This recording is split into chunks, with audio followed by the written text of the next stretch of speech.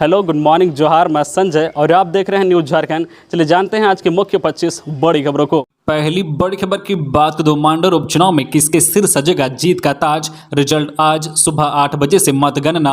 मांडर उपचुनाव का परिणाम आज रविवार को आने जा रहा है। बंधु तिर्की की सदस्यता समाप्त होने के बाद 23 जून को मांडर सीट पर मतदान हुआ था। मांडर के मैदान में वैसे तो 14 उम्मीदवार अपना भाग्य आजमा रहे हैं, पर मुख्य मुकाबला कांग्रेस की शिल्पी नेहा तिर्की, बीजेपी की गंगोत्री कुजूर और निर्दलीय देवकुमार धान के बीच होना तय माना जा रहा है। 23 जून को हुए मतदान में 2,17,000 मतदाताओं ने अपने मताधिकार का उपयोग किया है। आज सुबह 8 बजे से रांची के पंडरा कृषि बाजार में मांडर उपचुनाव की काउंटिंग शुरू होगी। पंडरा बाजार में कुल 3 हॉल में साथ कई संख्या में टेबल लगाए गए हैं। मतलब 21 काउंटिंग टेबल पर 21 राउंड की काउंटिंग होगी। चुनाव आयोग ने काउंटिंग को लेकर तमाम तरह की तैयारी पूरी कर ली है। मांडर उपचुनाव का परिणाम कई तरह के अगर मगर पर टिका है। कांग्रेस ने इस सीट पर वापसी को लेकर हर एक समीकरण को अपने पक्ष में करने की भरपूर कोशिश की है। वहीं बीजेपी ने भी अपने परंपरागत वोट बैंक के बूते चुनावी अखाड़े में सामने वालों को पटकनी देने के लिए कमर कस चुकी है। आज रविवार दोपहर बाद तक मांडर उपचुनाव का रिजल्ट सामने आने की उम्मीद है।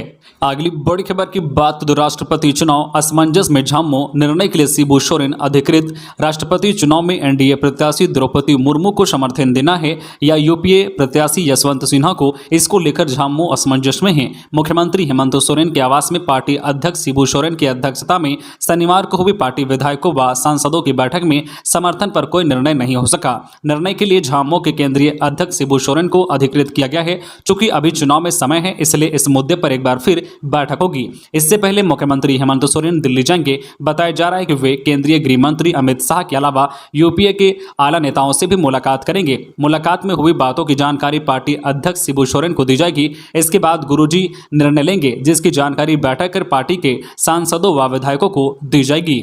अगली बड़ी खबर की बात तो रांची और आसपास आज और कल होगी भारी बारिश। मौसम विभाग का पूर्वानुमान जारी किया अलर्ट। राजधानी रांची समेत आसपास के इलाकों में आज और कल भारी बारिश का पूर्वानुमान है। साथ ही राज्य के दक्षिणी तथा निकटवर्ती मध्य हिस्से में भी भारी बारिश की संभावना है। इसके अलावा कहीं कहीं गर्जन और वज्रपात की भी संभावना है। इसको लेकर मौसम विभाग ने अलर्ट जारी किया है। इस दौरान अधिकतम तापमान 33 तथा न्यूनतम तापमान 23 डिग्री सेल्सियस रह सकता है। मौसम विभाग के पूर्वानुमान के अनुसार राज्य के ऊपर निम्न दबाव का क्षेत्र बन रहा है, जिसका ज्यादा असर राज्य के पूर्वी इलाके में पड़ेगा। मौसम विभाग ने पूर्वानुमान किया है कि 27 जून तक राज्य के कई इलाकों में मध्यम से भारी बारिश हो सकती है। अगली बड़ी खबर की बात तो शिक्षकों को टैब देगी हेमंत सरकार। स्कूलों में वीडियो दिखाकर पढ़ाएंगे गुरुजी। खजाने से 28 करोड़ 94 लाख मंजूर। झारखंड के सरकारी प्राथमिक स्कूलों के शिक्षक बच्चों को मल्टीमीडिया के माध्यम से बच्चों का पठन पाठन करा सकेंगे। इससे लेकर राज्य सरकार इन्हें एक बार फिर टैब देगी। शिक्षक इसके माध्यम से राज्य सरकार द्वारा तैयार किए जा रहे डिजिटल शैक्षणिक सामग्री का लाभ न केवल अपनी शिक्षण क्षमता के विकास में लगाएंगे, बल्कि बच्चों तक भी पहुंचाएंगे। टीचर रिसोर्स पैकेज के तहत कुल 15,762 प्राथमिक स्कूलों के 28,945 शिक्षकों को टैब देने की तैयारी है। स्कूली शिक्षा एवं साक्षरता विभाग ने इस पैकेज के लिए स्कूलों का चयन कर लिया है। प्रति टैब 10,000 रुपये खर्च आएंगे। इसके लिए कुल 28 करोड़ 94 लाख रुपए की स्वीकृति मिली है। इसमें 60% राशि समग्र शिक्षा अभियान के तहत केंद्र सरकार देगी, जबकि शेष राशि का वहन राज्य सरकार करेगी। टैब का क्रय राज्य स्तर पर किया जाएगा, जिसके लिए टेंडर प्रक्रिया शुरू करने की तैयारी की जा रही है। अगली बड़ी खबर की बात तो झारखंड में पुरानी पेंशन स्कीम लागू करने की घोषणा।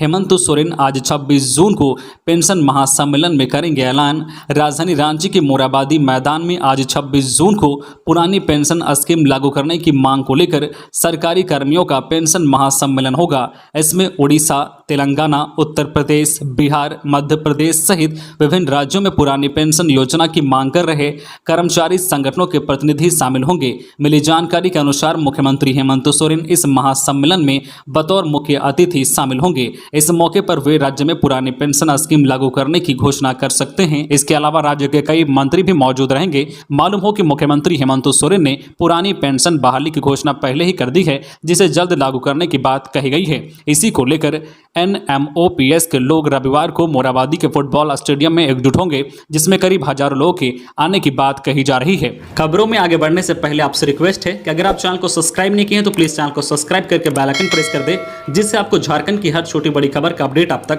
पहुंचता रहे। चलिए बढ़ते हैं खबरों की ओर। अगली बड़ी खबर की बात करें तो अर्जुन मुंडा ने खूंटी के स्वास्थ्य मेले की तैयारियों का लिया जायजा। 60,000 मरीजों की होगी जांच। जनजातीय कार्य मंत्रालय की पहल पर आज 26 जून को खूंटी के बिरसा कॉलेज परिसर में अबुआ बुगिन स्वास्थ्य हमारा बेहतर स्वास्थ्य के नाम से जनजातीय संवाद नामा पहल स्वास्थ्य मेले का आयोजन किया जा रहा है। मेले में 60,000 से अधिक लोगों की स्वास्थ्य जांच किए जाने का लक्ष्य रखा गया है। इसके लिए जिले में 21 क्लस्टर बनाए गए हैं, जहां से वाहनों से लोगों को काम तक लाया जाएगा। इसके लिए प्रत्येक क्लस्टर में प्रभारी प्रतिनियुक्त किए गए हैं। केंद्रीय मंत्री अर्जुन मुंडा ने शनिवार को मेगा हेल्थ कैंप का निरीक्षण किया। दिल्ली, मुंबई के अलावा झारखंड के करीब 400 डॉक्टर मरीज की जांच करेंगे। अगली बड़ी खबर की बात तो रांची डीसी के नाम पर बनाई फेक व्हाट्सएप आईडी।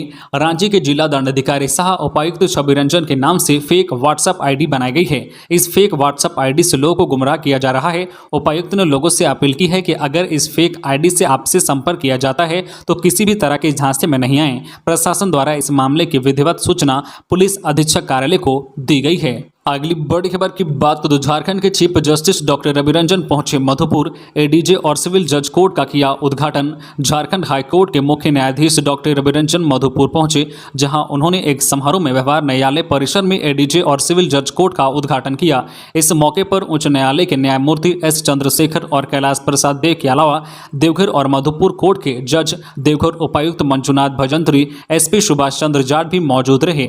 अब मधुपुर अनुमंडल के लोगों को केस के सिलसिले में देवघर कोर्ट के चक्कर नहीं लगाने पड़ेंगे। झारखंड के मुख्य न्यायाधीश डॉक्टर रवि रंजन ने मधुपुर व्यवहार न्यायालय परिसर स्थित एडीजे और सिविल जज कोर्ट का उद्घाटन किया है।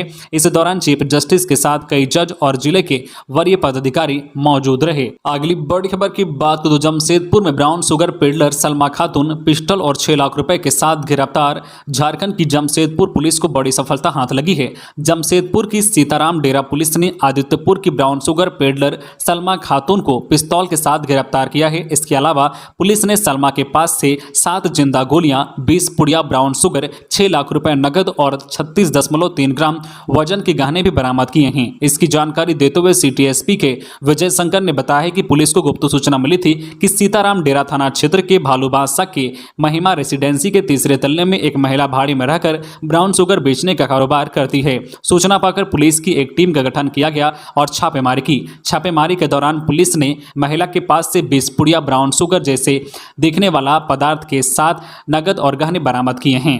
अगली बड़ी खबर की बात तो झारखंड में कोर्ट परिसर और न्यायिक पदाधिकारियों की सुरक्षा होगी कड़ी। डीआईजी को दी गई जिम्मेदारी। देवघर कोर्ट में दिन दहाड़े हुई गोलीबारी के बाद पुलिस मुख्यालय ने राज्य के सभी कोर्ट और न्यायिक पदाधिकारियों की सुरक्षा को लेकर समीक्षा की गई है। झारखंड पुलिस के आईजी अभियान अमोल वेणुकांत होमकर ने बताया है कि देवघर कोर्ट परिसर में बेऊर जेल से पेशी के लिए लाए गए अमित सिंह की हत्या की गई। इस घटना के बाद कोर्ट परिसर की सुरक्षा को लेकर समीक्षा की गई और सभी रेंज डीआईजी को यह जिम्मेदारी दी गई है कि राज्य के प्रत्येक कोर्ट परिसर और न्यायिक पदाधिकारियों की सुरक्षा का पुख्ता इंतजाम सुनिश्चित करे।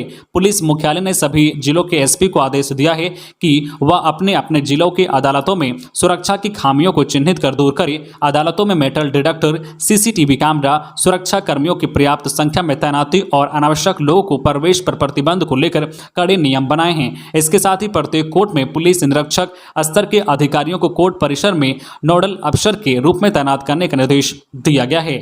अगली बड़ी खबर की बात तो झारखंड में कोरोना की तेज रफ्तार ने बढ़ाई स्वास्थ्य विभाग की चिंता। लोगों से कोरोना गाइडलाइन पालन करने की अपील। झारखंड में कोरोना संक्रमण के मामले लगभग खत्म हो गए थे, लेकिन पिछले एक सप्ताह से जिस तरह से कोरोना केस मिल रहे हैं उसने डॉक्टरों की चिंता बढ़ा दी है।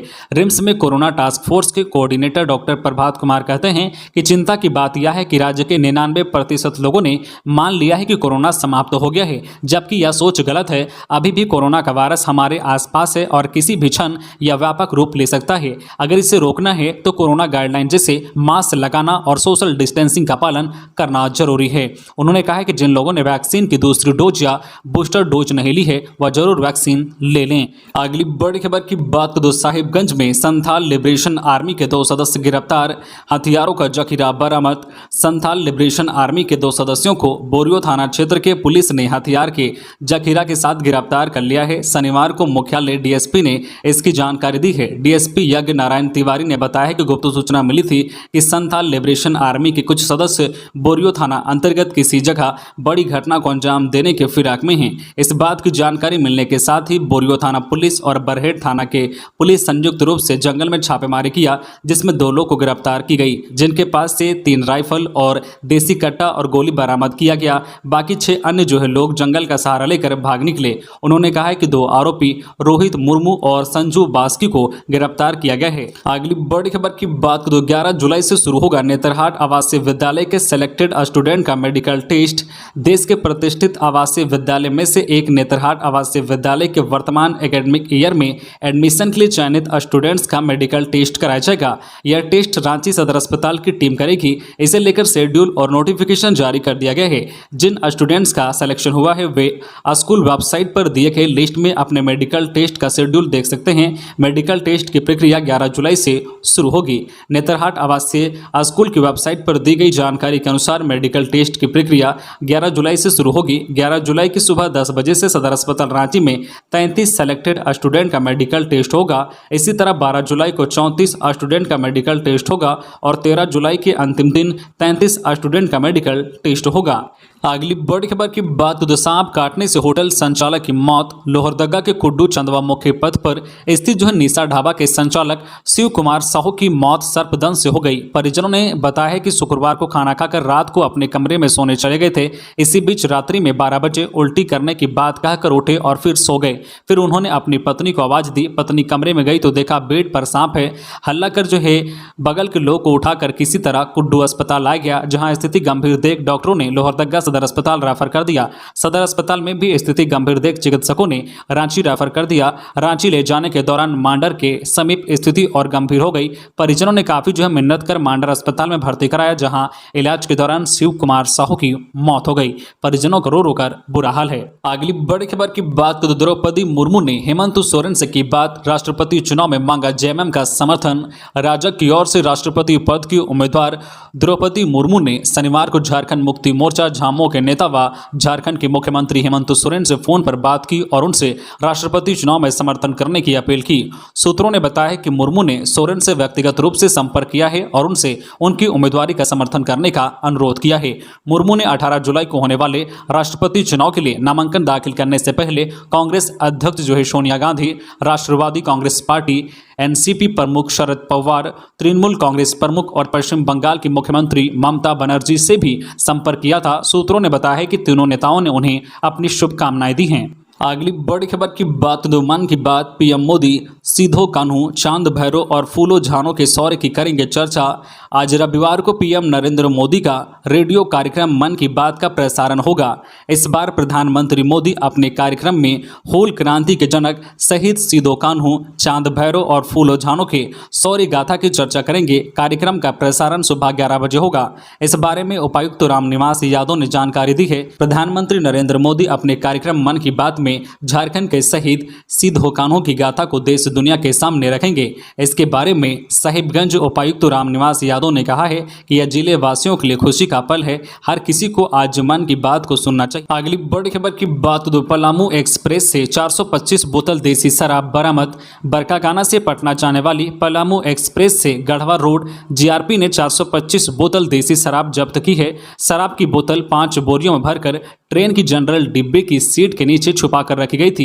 जब्त शराब की कीमत 17,000 रुपए बताई जाती है। बरकाकाना से पटना जा रही पलामू एक्सप्रेस से शराब की तस्करी की सूचना गढ़वा रोड जीआरपी को मिली थी।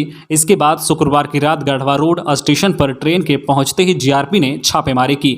इस दौरान जनरल डिब्बे से शराब बरामद की गई है। अगली बड़ी खबर की बात तो यशवंत सिन्हा ने कहा, राष्ट्रपति चुनाव जीतने पर किसानों और श्रमिकों के मुद्दे उठाऊंगा।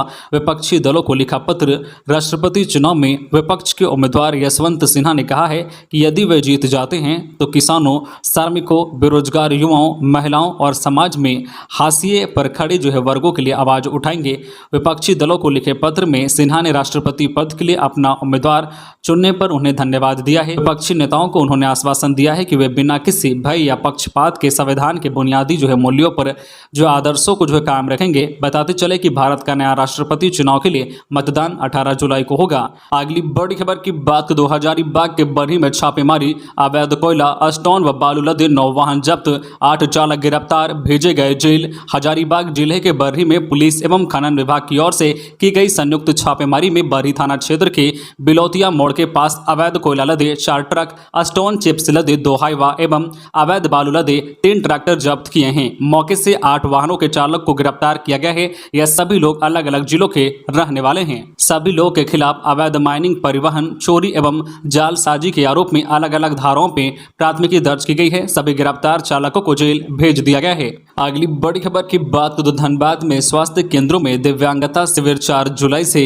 धनबाद में दिव्यांगता प्रमाण पत्र निर्गत करने के लिए जिले के विभिन्न स्वास्थ्य केंद्रों में अलग अलग तिथियों पर दिव्यांगता शिविर का आयोजन किया जाएगा। सदर अस्पताल धनबाद में 4, 11, 18 और 25 जुलाई को और 1 अगस्त को सामुदायिक स्वास्थ्य केंद्र निरसा में, 6 जुलाई को सामुदायिक स्वास्थ्य केंद्र गोविंदपुर में, 17 अगस्त को सामुदायिक स्वास्थ्य केंद्र टुंडी में, 10 अगस्त को बलियापुर में, 13 जुलाई को सामुदायिक स्वास्थ्य केंद्र जोरापोखर में, 20 जुलाई को सामुदायिक स्वास्थ्य केंद्र तोपचांची में और 27 जुलाई को बाघमारा में, 3 अगस्त को शिविर का आयोजन किया जाएगा। अगली बड़ी खबर की बात करें, महंगा पड़ा रामगोपाल वर्मा को द्रौपदी मुर्मू पर कमेंट करना, हुई जमकर खिंचाई तो दी सफाई, लोगों ने गृह मंत्री को संज्ञान लेने की एक बात कही।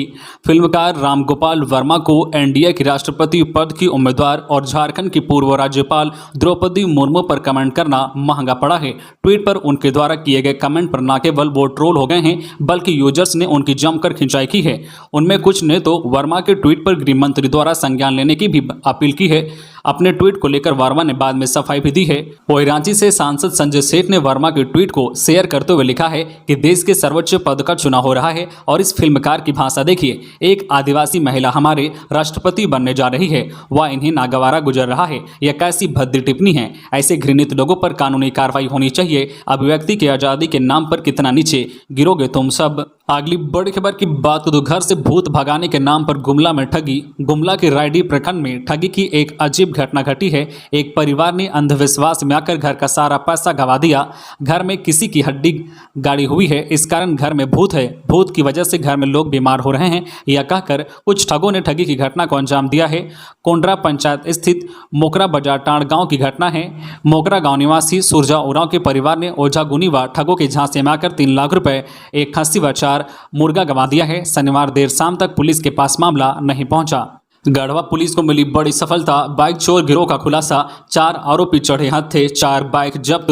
गढ़वा पुलिस को बड़ी सफलता मिली है। रमना थाना पुलिस ने बाइक चोरी की घटना का पर्दाफाश करते हुए वारदात में संलिप्त 4 लोगों को गिरफ्तार कर जेल भेज दिया है।